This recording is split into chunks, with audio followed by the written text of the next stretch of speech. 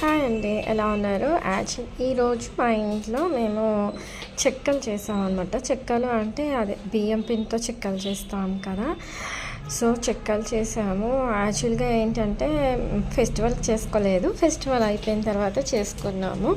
So ఇందులోని process మీకు క్లియర్గా చూస్తున్నాము. బియ్యం పిండి కొంచెము, తర్వాత ఏమంటారు మన పచ్చిమిరపకాయ, కొత్తిమీర పేస్ట్, ఉప్పు, కారం, జీలకర్ర, కరివేపాకు అన్నీ వేసుకొని ఒక ఏమంటారు చపాతీ పిండిలాగా కలుపుకోవాలన్నమాట. సో అంటే కొంచెం వేడి ఆయిల్, వేడి నూనె కూడా మరగపెట్టుకోవాలి. వేడి నూనె, వేడి ఆయిల్ కూడా కొంచెం కొంచెం వేసుకొని చపాతీ ముద్దలాగా గట్టిగా కలుపుకోవాలి. చూడండి, తర్వాత ఇందులోని శనగపప్పు నానబెట్టుకొని తర్వాత